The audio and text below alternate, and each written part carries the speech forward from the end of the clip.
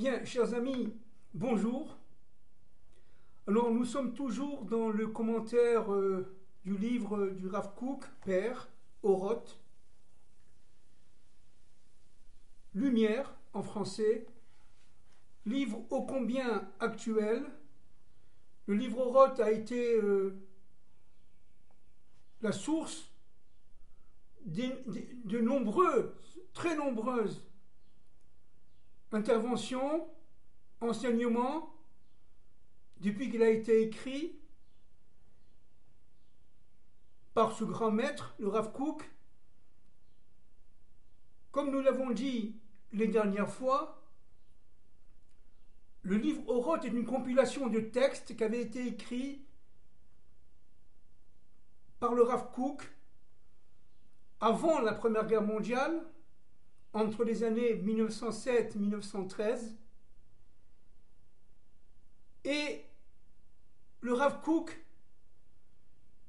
j'allais dire presque allumé Oroth par les enseignements qu'il recevait, eh bien, a donné un message qui est ô combien actuel et ô combien déterminant pour comprendre les situations d'Israël aujourd'hui par rapport au peuple juif d'alors et surtout par rapport aux nations. Alors nous sommes ici à la page 28, la créativité en terre d'Israël. Je répète, je parle du livre Oroth, traduit en français et commenté par le Rav Aviner, que Dieu le protège. Alors je vais lire et je vais essayer de commenter humblement, d'une manière extrêmement synthétique, le texte écrit par le Rav Kook et compilé par son fils, le Rav Zvi Yehuda à Cohen Kook. Je lis. La créativité propre à Israël, tant par la pensée que dans les actes de la vie et dans ses réalisations, n'est possible au peuple d'Israël qu'en terre d'Israël. Cependant, dans tout ce que fait le peuple d'Israël en terre d'Israël, l'aspect universel s'estompe devant l'aspect propre à Israël, pour le plus grand bonheur d'Israël et du monde. Alors évidemment ici, il y a tout un faisceau de connaissances que l'on peut résumer en quelques secondes, mais ô combien fondamentales. D'abord, la terre d'Israël est une terre d'intériorité. Elle réunit l'extériorité, le monde environnemental, le monde des civilisations, le monde des structures économiques, le monde des réalisations économiques, sociales, politiques, médicales, etc., avec l'intériorité du cœur d'Israël. Et ça, c'est très très important. En exil, le peuple juif est un peuple, certes, participant aux actions du monde, rayonnant dans une certaine connaissance scientifique depuis la Révolution française, c'est sûr, mais c'est un peuple qui vit dans l'extériorité du monde, dans, en quelque part, les fantasmes de la raison universelle. Il est, si vous voulez, dirigé directement par, comme n'importe quel humain, par des forces qui lui sont extérieures. Par exemple, le paraître. Par exemple, la réussite sociale. Par exemple, l'appartenance à un corps économique et social. Par exemple, l'intelligence adaptée à la science. Par exemple, la recherche de l'optimum économique par le règne de l'argent.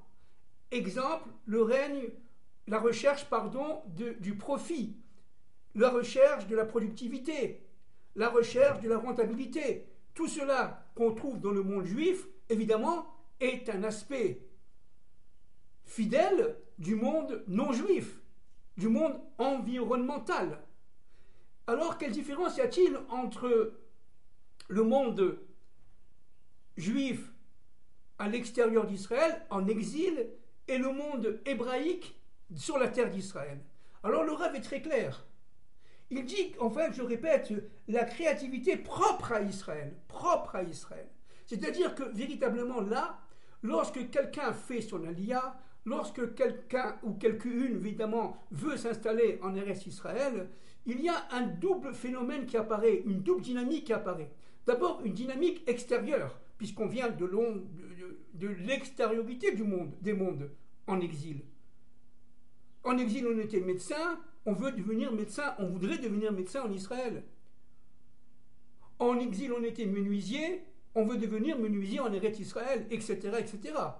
Si on faisait des affaires en exil, on continue à faire des affaires en Israël. Nous sommes toujours dans le monde de l'extériorité.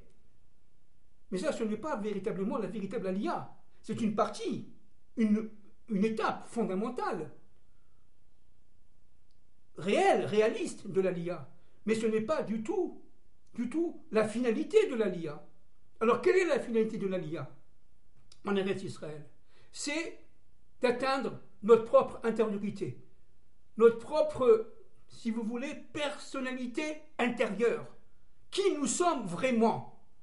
Qui nous sommes vraiment? En Israël, tu vas tout simplement retirer ta peau d'extériorité, de médecin ou d'infirmière ou de menuisier ou de je ne sais pas quoi, pour trouver véritablement quel est le sens et le pourquoi de ta présence sur cette terre et dans ce monde. C'est-à-dire, véritablement, là, il y a une sorte de travail intérieur, même inconscient, je dirais même plus, même non voulu, même non souhaité. Mais il y a un travail intérieur qui fait qu'avec cette terre, puisqu'on est marié avec cette terre, on l'a vu les autres fois, eh bien, il y a tout simplement la recherche du Hémet, la recherche de la vérité. Et la recherche de cette vérité, elle ne peut se faire qu'en Eretz Israël. Pourquoi? Parce que la terre d'Israël est une terre qui relie le ciel et la terre, on l'a déjà dit de très nombreuses fois. Dieu réside évidemment dans le monde entier, bien entendu, mais il se dévoile particulièrement en terre d'Israël. Pourquoi? Parce que la terre d'Israël, on l'a déjà dit, mais on le répète, est faite de points cosmiques.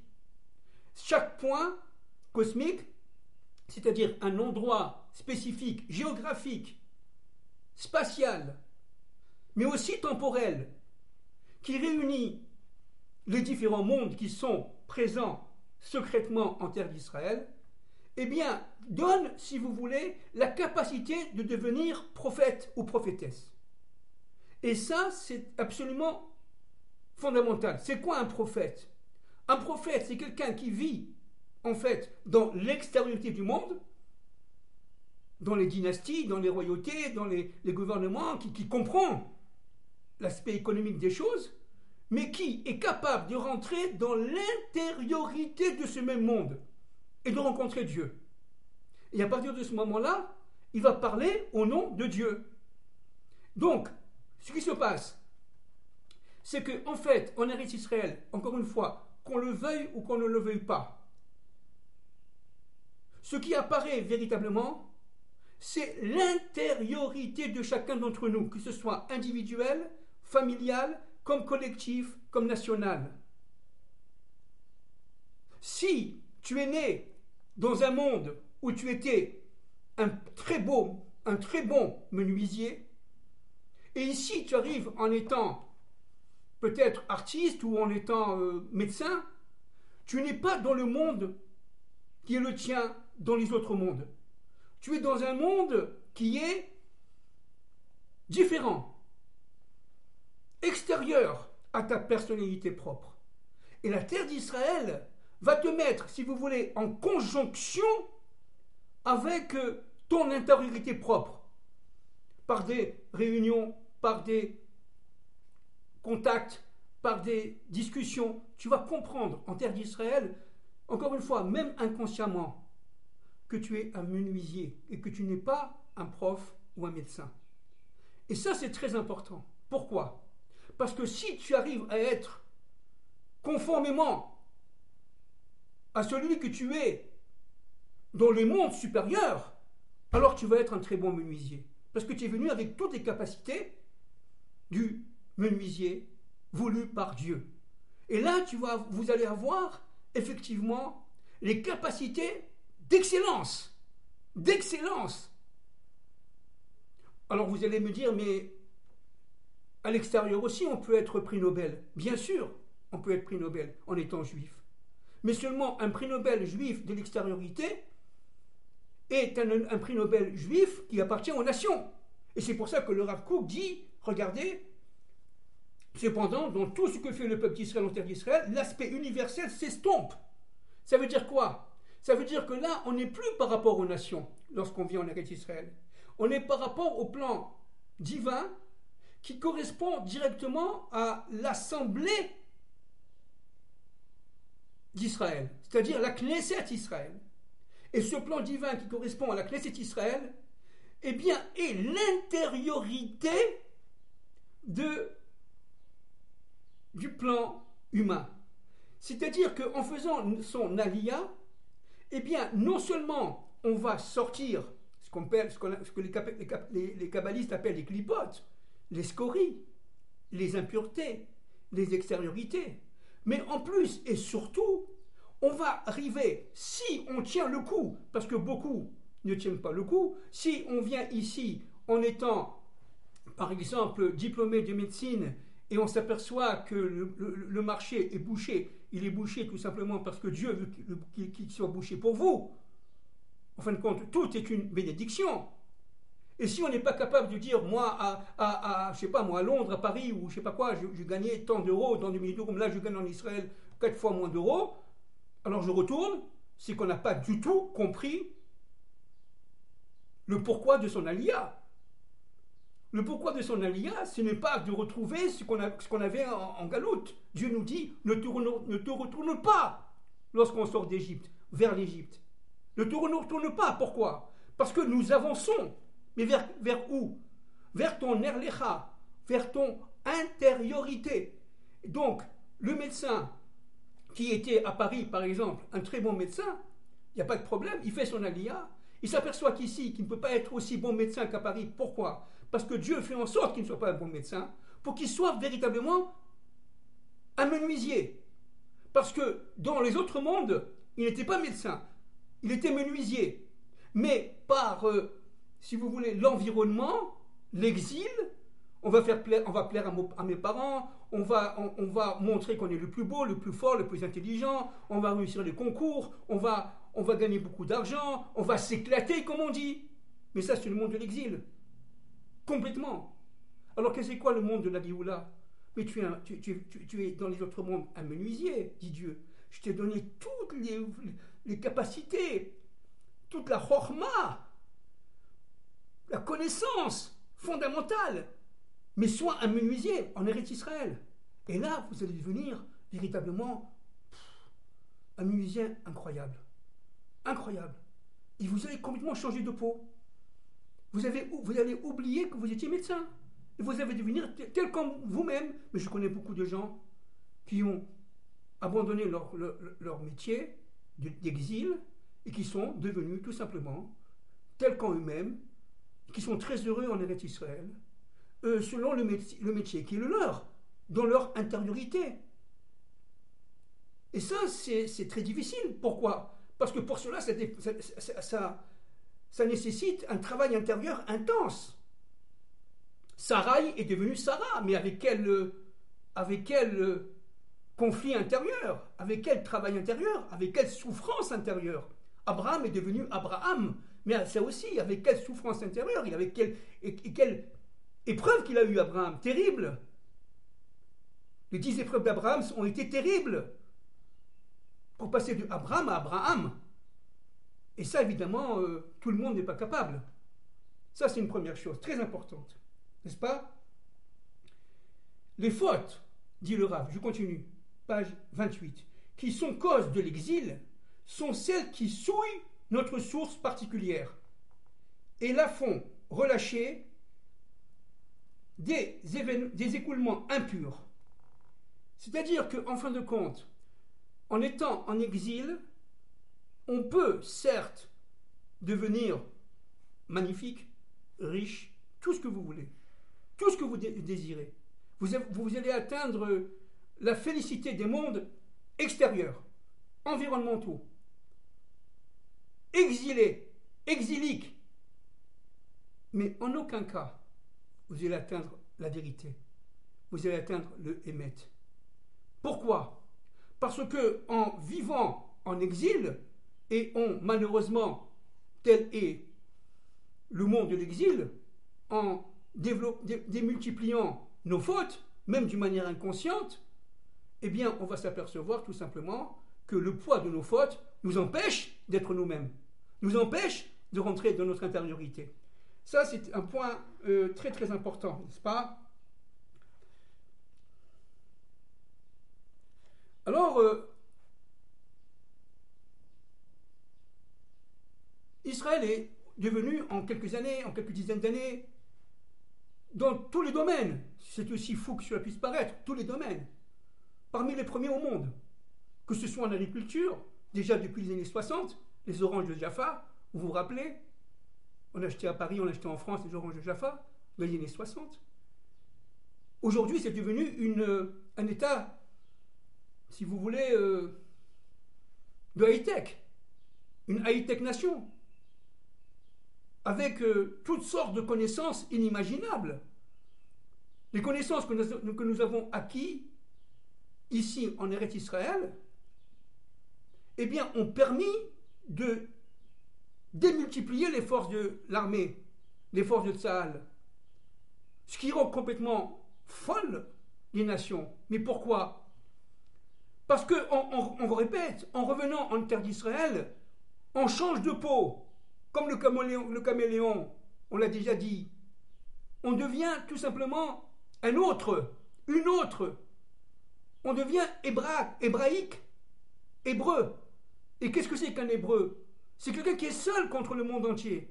Abraham était seul contre le monde de Nimrod, contre le monde de Babel, qui était sublime, qui était grandiose, mais qui était certes républicain, démocratique, soi-disant. Mais Abraham avait vu que dans le monde de Babel, dans le monde de l'Occident, il y avait, en fin de compte, des despotes implacables. Et que Nimrod était le premier despote, dictateur de l'histoire.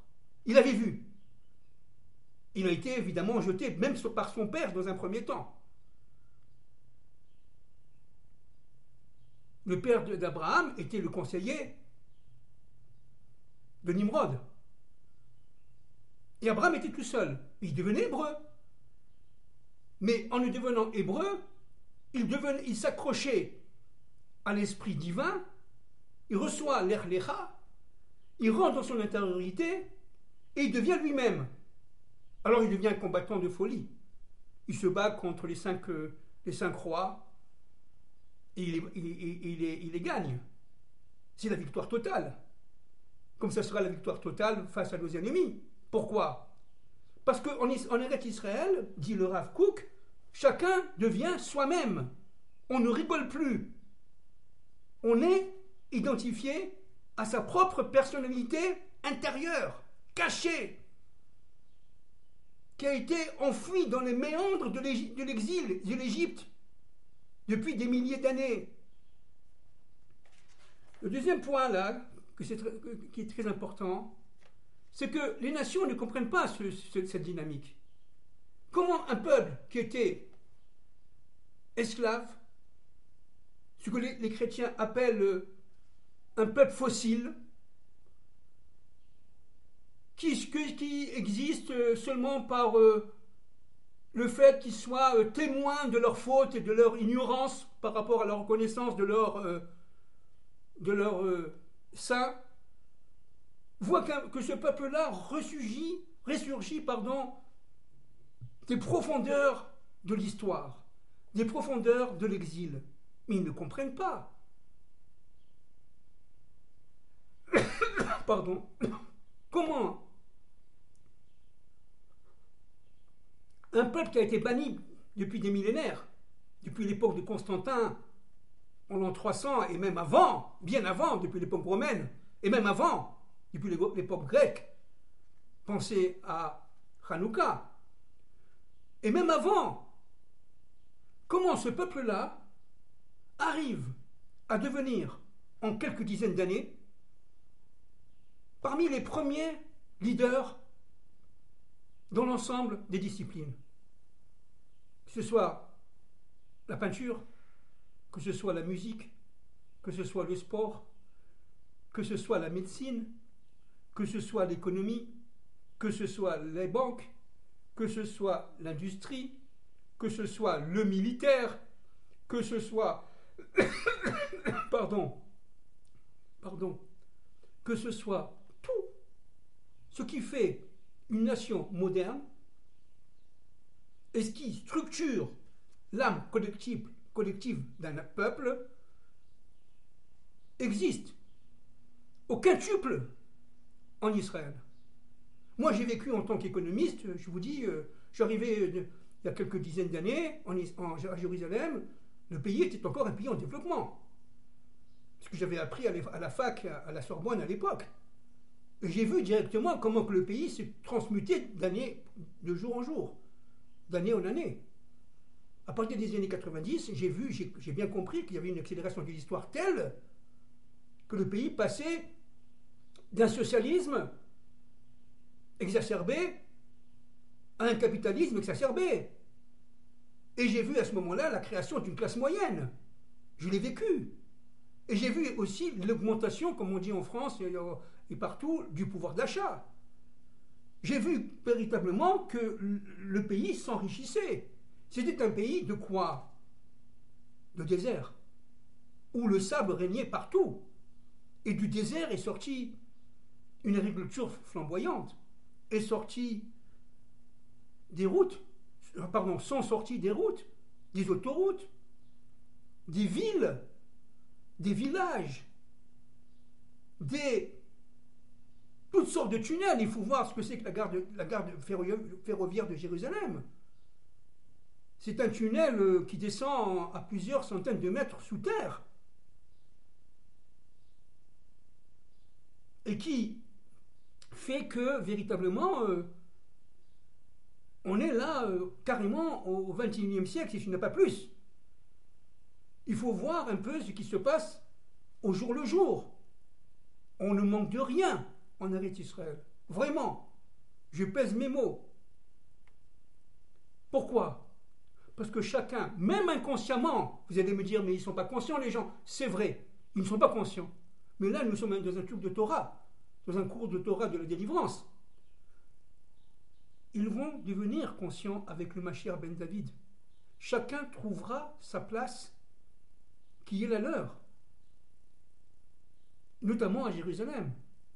Chacun comprendra que s'il est dans cet immeuble et pas dans cet immeuble à Jérusalem, cette rue et pas dans cette rue à Jérusalem, c'est la volonté de Dieu.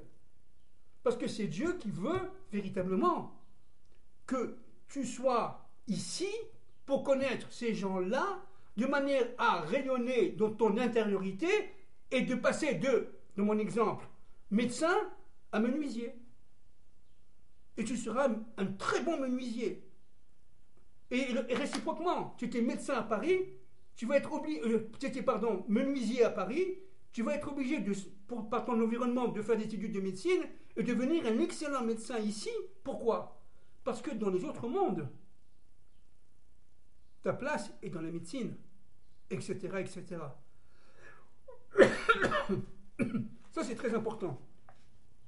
Deuxième chose très importante. Regardez, à la page 34, le Rav dit « Il est impossible à un homme d'Israël d'être dévoué et fidèle à ses pensées, à ses réflexions, à ses idées et à son imagination en dehors de la terre d'Israël, avec la même fidélité qu'en terre d'Israël. » Pourquoi? Parce qu'en terre d'Israël, même inconsciemment, même sans le savoir, même sans le vouloir, on est attiré par le Hémet. On est attiré par un combat intérieur. C'est pour ça que beaucoup ne supportent pas, notamment de vivre à Jérusalem. Parce qu'ici, on ne rigole pas. On ne joue pas. En France, en Amérique, etc., on est dans le monde du spectacle. On est dans le monde de la pièce de théâtre. Ici, on sort de la pièce de théâtre. On devient soi-même. On rentre dans la vie. Alors vous allez me dire, mais alors qu'est-ce que c'est que la vie? La vie, c'est la recherche du Hémet. La vie, c'est la recherche de la vérité. Et ici, nous sommes dans un monde de vérité que les petites âmes, excusez-moi du mot, ne peuvent pas supporter. Parce que pour pouvoir vivre à Jérusalem, pour pouvoir vivre en Eretz Israël, il faut sortir de la petitesse des mondes, de l'exil. Et regardez ce que dit le Rav. Les dévoilements de l'esprit de sainteté, quel que soit leur niveau, sont relativement propres en terre d'Israël. Rav Kook, en 1913. Alors qu'en dehors de la terre d'Israël, ils sont mêlés à quantité de rebut et d'impuretés. Cependant, dit le Rav Kook, à la mesure du désir de l'homme et de son attachement à la terre d'Israël, ses idées se purifient par le fond de l'air de la terre d'Israël, qui enveloppe quiconque est dans l'attente de la voir. Réjouissez-vous de Jérusalem et jubilez en elle tous ses amants. Isaïe 66, 10. Ta'anit, Gemara, Maseret Ta'anit, 30b. Qu'est-ce que ça veut dire? Ça veut dire qu'en fait, en terre d'Israël, on est remis en question tout le temps. C'est-à-dire, on est en train, tout simplement, chaque instant, et sans le vouloir, de chercher qui nous sommes, qui est le monde. Nous sommes interpellés par ce monde-là. En terre d'Israël, nous vivons complètement dans ce monde-là. Par exemple, dans le monde socialiste, dans le monde capitaliste, dans le monde médical, dans le monde sportif, dans le monde religieux, dans le monde artistique, la peinture, etc. Mais si vous êtes au bout de votre travail intérieur et vous arrivez à votre vérité, qui est la vôtre, pas la mienne, à partir de ce moment-là, vous allez devenir, si vous êtes un artiste dans les autres mondes, un super artiste en Eretz Israël. Alors là, presque un prix Nobel. Pourquoi? Parce que Dieu vous a donné la capacité d'âme qui vous permet de devenir un très bon artiste. Alors, à l'extérieur aussi, vous pouvez devenir un Picasso, ou vous pouvez devenir un Verlaine, ou ce que vous voulez, bien sûr. Mais vous êtes quand même en porte-à-faux, souvent, pour ne pas dire toujours, avec votre intériorité.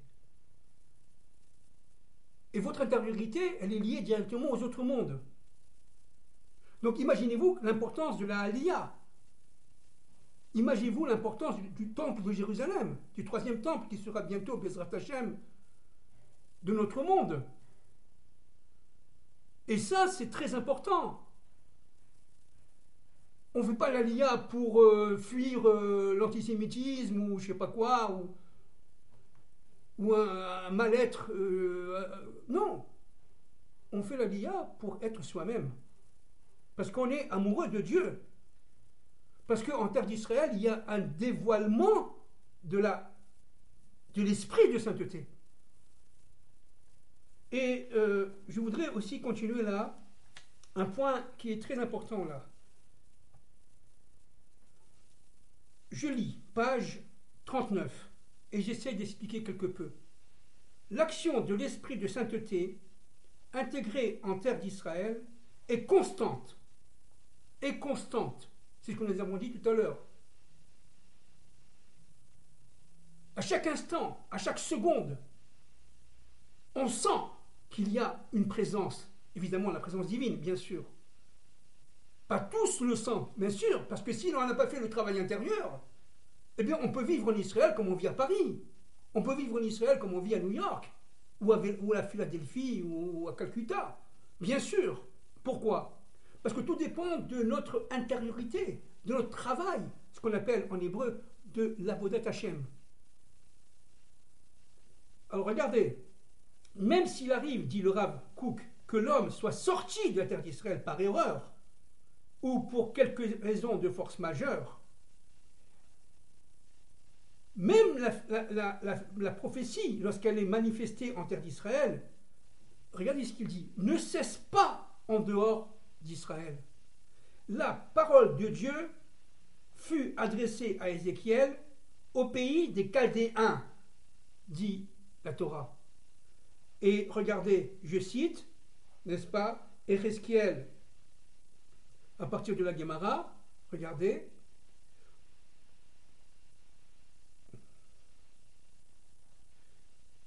être, parce qu'elle est, la prophétie, l'avait déjà été adressée. Qu'est-ce que ça veut dire? Ça veut dire que quand vous êtes en Eretz Israël, vous allez recevoir une sorte d'estampille, de tampon, de rapport avec la divinité. Si vous sortez d'Eretz Israël pour des raisons importantes, par exemple pour chercher une épouse, mais il faut que ce soit un temps court, pas trop long, ou pour chercher la parnassa, parce que vous ne pouvez plus vivre en Eretz Israël au niveau économique, alors il est permis de quitter la terre d'Israël tout en cherchant à revenir, bien sûr. Pourquoi? Parce que vous êtes chargé de la lumière d'Israël, de la terre d'Israël, et que tant qu'elle est en vous, à l'intérieur de vous-même, eh bien vous vivrez en exil, mais à partir de la terre d'Israël. Ça veut dire qu'en exil, vous continuez, dit le Rav, à être prophète. Comme Ézéchiel parlait de la Chaldée à son époque.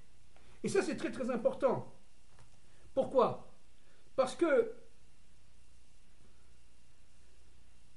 cette lumière qui est en vous va rendre l'air ambiant en dehors de la terre d'Israël absolument insupportable. Insupportable. Pourquoi? Alors là, on va rentrer dans quelques minutes parce que c'est un thème tellement fondamental qu'il faudrait des heures. Et en plus, je ne suis pas forcément capable de le faire. D'accord? Je vais essayer de commencer à comprendre un peu ce que ça veut dire et ce que veut dire le Rav Kook à la page 44, les lettres de l'âme. Alors je lis et j'essaie d'expliquer rapidement d'une manière extrêmement synthétique. L'âme, dit le Rav Kook, est pleine de lettres emplies de lumière. Il y a 600 000 lettres de lumière. Le monde a été créé par 600 000 lettres. Évidemment, les 22 lettres de l'alphabet hébraïque, bien entendu. Les Asara Mahamarot, comme on dit en hébreu. Les 10 paroles. Les 10 commandements. Mais à partir du chiffre 10 est caché, en fait, le chiffre 600 000. Pourquoi 600 000? Parce qu'il y a évidemment le chiffre 6 qui relie le ciel et la terre. Et ça, c'est très important. L'âme est pleine de lettres emplies de lumière. Qu'est-ce que ça veut dire? Ça veut dire qu'en fin de compte, notre action dans notre monde n'a de sens que si, par notre vécu, par nos actions, par nos réalisations, on allume chacune de ces lettres. C'est-à-dire qu'en fin de compte, d'où le titre Oroth, lumière. Les lumières qu'on allume sont des lumières qui nous permettent de comprendre qu'il y a un plan divin, qui nous permettent de comprendre que la divinité est présente dans notre terre. Plus que ça, que la divinité est présente dans nos actions au jour le jour, qui nous paraissent secondaires, qui nous paraissent presque futiles. Mais Dieu te dit, je vous dis, que tu crois que tu vis dans un théâtre, mais en Eretz Israël, il n'y a pas d'action théâtrale seulement. Il y a une action véridique, une action liée directement à la vérité vraie, le Hémet. Et, regardez, je répète, l'âme est pleine de lettres emplies de lumière de vie. empli de connaissances et de volonté, empli de profondeur du regard et d'existence pleine. Ces lettres sont splendides. Il y a une splendeur, une lumière vivante, cachée, mais vivante, qui nous permet de connaître, en fait, par notre travail intérieur, pardon, qui nous permettent, par notre travail intérieur, de comprendre notre monde, sa dynamique, son histoire, son intégration aux autres mondes, etc., etc. Le Rav dit une chose très intéressante. Quand nous faisons une bonne action, une mitzvah, eh bien, elle est toujours, dit le Rav, pleine d'un rayonnement de vie de tous les mondes. De tous les mondes. En faisant une bonne action, en cédant par exemple la place à l'autobus ou dans le train à une vieille personne qui a du mal à marcher, à se tenir debout, eh bien, vous n'imaginez pas ce que vous faites. Vous réparez non seulement vos fautes antérieures par rapport à cet acte-là, mais aussi et surtout, vous réparez les fautes que vous avez faites, que votre âme a faites dans les mondes antérieurs. Parce que nous sommes, nous, des Gilgulim d'âme. Nous revenons dans ce monde. Tous nous revenons dans ce monde. Donc, qu'est-ce que vous faites en faisant une mitzvah? Avec le cœur, évidemment. Évidemment. Pas pour le profit. Une mitzvah doit être, comme toujours, dénuée d'intérêt, bien sûr. Mais si vous le faites vraiment de tout votre cœur, qu'est-ce que vous faites? Vous purifiez tout le monde par rapport à cette action. Donc vous allumez la lumière qui correspond à votre âme et par rapport à cette action. C'est complètement fou.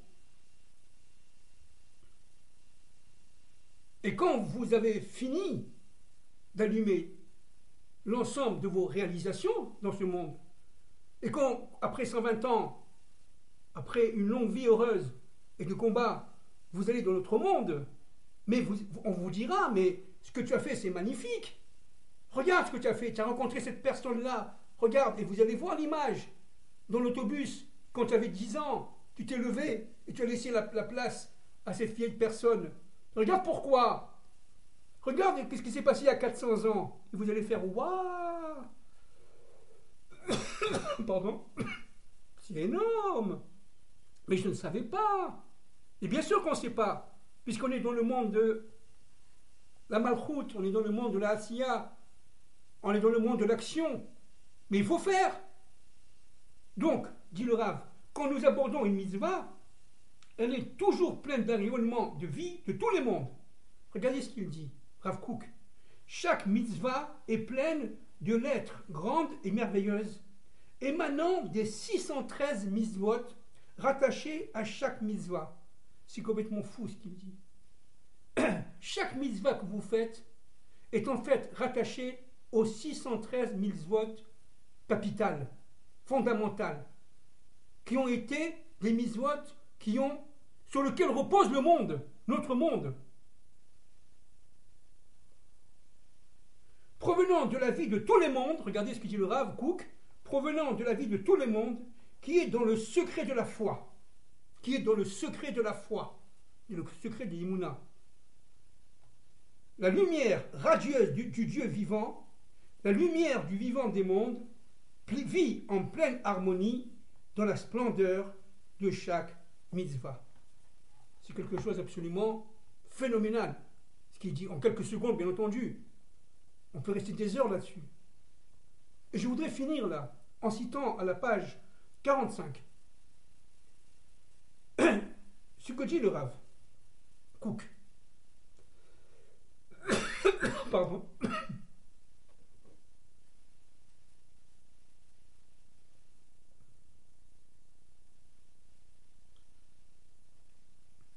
En terre d'Israël, les lettres de notre âme grandissent.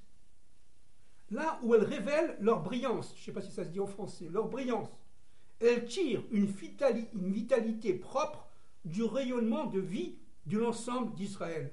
elles sont alimentées directement au secret de leur création originelle.